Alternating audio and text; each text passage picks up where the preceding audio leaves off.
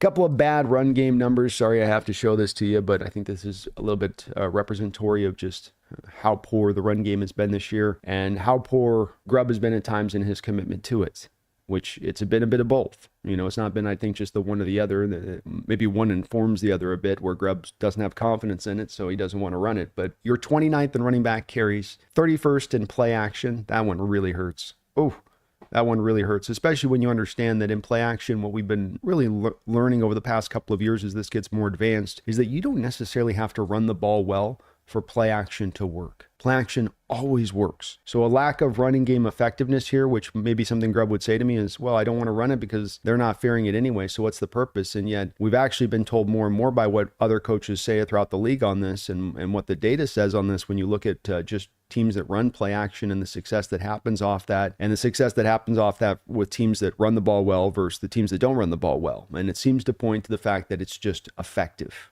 It's something you would like to use. Maybe not make a centerpiece of your offense, but maybe not make the 31st as well in your ranking and rate. They were 32nd in quick pressures allowed. You might wonder, maybe these two things kind of go together. You don't run the ball. You're not a threat on play action.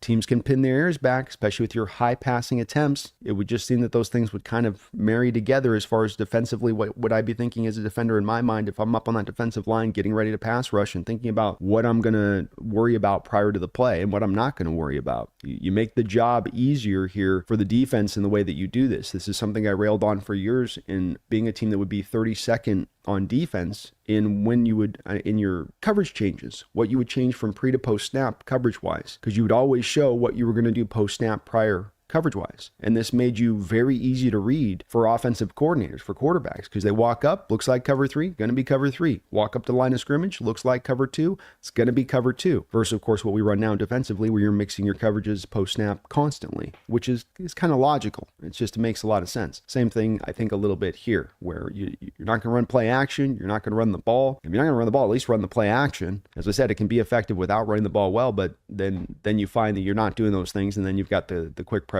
on the back of that. And then, of course, the final stat, which is that you're first in shotgun rate, which I know has driven, I think, just about everybody crazy here throughout this season on how often they are in shotgun and how infrequent they are willing to go under center there with Chino. So it's not been good. Some of these markers of this offense as we get down the line of the season on this, both in the run game, both in the pressure game, but some of it I think is a little bit interconnected. And you've got to run the play action in this league. It is effective whether you run the ball or not. That's the bottom line on it. One other bad run game stat, last one I'm going to show you guys on this one.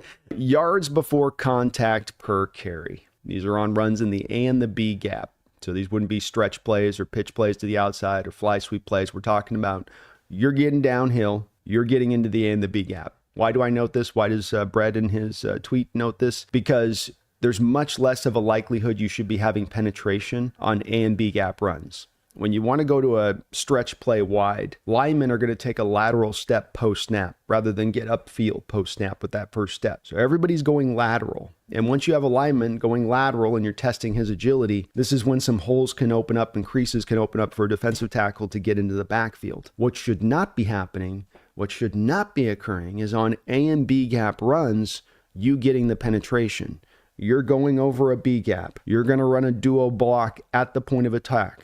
Center, guard, they're going to hammer that defensive tackle right, and the running back's going to run right between their two bodies going at it. You're going to put yourself right in it, and you're going to dig on in there. It should be at least a 3 yards in a cloud of dust kind of play. Maybe it doesn't get you 10, 12, 13, 14, 15 kind of yards on it, but you're hoping, hey, let's crack out the 5, 6 yards on this when we do go into this. But the fact that you get penetration on it like this bad of a way as this stat's going to show, which is that the Seahawks are 32nd in the league with 0.6 yards before there's contact hitting them. So they don't even get a yard past the line of scrimmage before they're getting schwacked. That speaks to the fact that you have piss poor run blocking going on there. That those guys, especially in the inside, are not getting those holes opened up for those running backs to give them a chance. They're not being given a chance. And that's why Brett says, of course, God bless those Seattle running backs. They're doing what they can.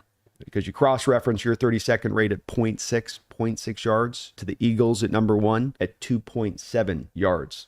So Saquon Barkley's running almost 3 yards before initial contact hits him. Our guys are making it a half yard past the line of scrimmage before initial contact hits them. Makes your run game hard to go. Points all the way back, as many of you already know on this, to the Seattle Seahawks need to get this offensive line figured the F out, because this isn't going to work. You're not going to be able to have your team carried to anywhere if you have this part of your game that's just so bad, especially when you put it on top to this horrible sandwich where you also give up a lot of pressures. Yeah, it's not a good combination for an offense. It really isn't.